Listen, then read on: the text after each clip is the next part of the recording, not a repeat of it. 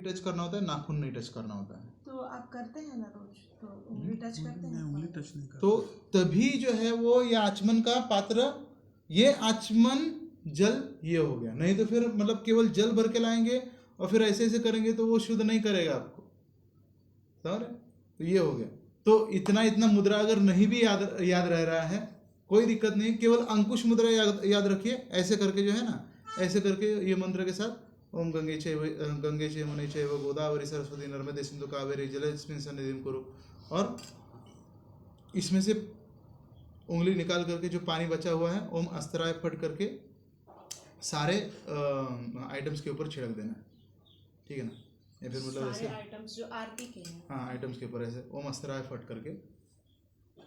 नहीं होता है ठीक है, कोई दिक्कत नहीं है ठीक है।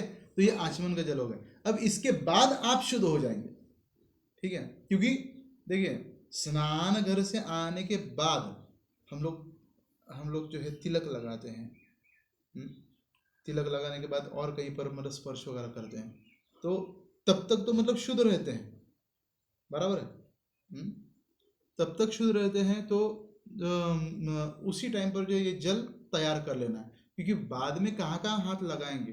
हाँ, थोड़ा खुजाई दिए, या फिर जो है मतलब कान में ही हाथ लगा दिए, ये मतलब या फिर जो है मतलब कहीं पर मतलब ऐसे ऐसे ही कर दिए, तो ये सारी जो है मतलब ये हाथ अशुद्ध हो गए फिर। तो इसके लिए जो है मतलब फिर आचमन कैसे करना है, पहले बाएं हाथ में पानी लेना है, ठीक है? 2 बूंद पानी लेना है और नीचे छोड़ देना है। ये हाथ शुद्ध हो गया। अब ये शुद्ध हाथ से जो है वो ये जल लेकर के दाहिने हाथ में लेना है, ऐसे दाहिने हाथ में लेकर के ओम केशवाय नमः बोल के जो जो लाइफ लाइन जहाँ से जा रही है तो वहाँ पर अपना जो है वो नीचे वाला होठ टच करके, नीचे वाला होठ टच करके फिर वहाँ से जो है जल अंदर लेना है, ऐसे, ठीक है? पूरा मतलब ऐसा नहीं करना ये चीज़ नहीं होता, ठीक है ना? ब्राह्मण लेवल आने के बाद वैष्णव लेवल होता है। तो इसलिए पहले शुद्धता बहुत इंपॉर्टेंट है। ओम केशवाय नमः, और फिर जो है वो जल नीचे छोड़ देना। फिर ओम नारायणाय नमः, नारायण नमः बोल के फिर जल नीचे छोड़ देना। फिर ओम माधवाय नमः कर लिया, फिर जल नीचे छोड़ देना है, और फिर गोविंदाय नमः बोल के जल केवल नीचे छोड़ देना। केशवाय नमः, नारायणाय नमः, माधवाय नमः, गोविंदाय नमः। 3 बार ऋषिकेशाय नमः बोलते हैं क्या लास्ट में बोलते हैं? नहीं, गोविंदाय नमः होता है, ठीक है? तो ये जो तीन चीजें हैं, 3 बार जल लेना है, जल छोड़ना, और लास्ट में केवल जल छोड़ना।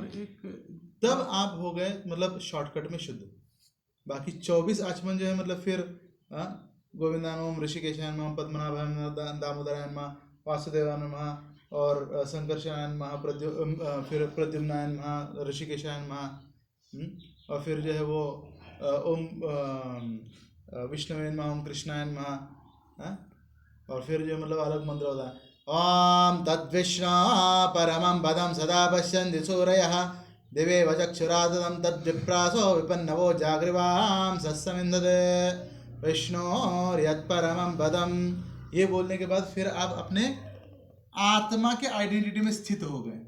अब आत्मा के लेवल पर आप पूजा करेंगे और आप शरीर के लेवल पर पूजा नहीं करेंगे।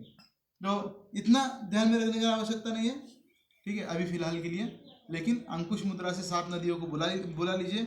अगर मंत्र भी नहीं पता है तो नदियों के नाम याद रखिए, प्रार्थना कीजिए सारी नदियों को कि आप यहाँ पर पधारिए करके, ठीक है?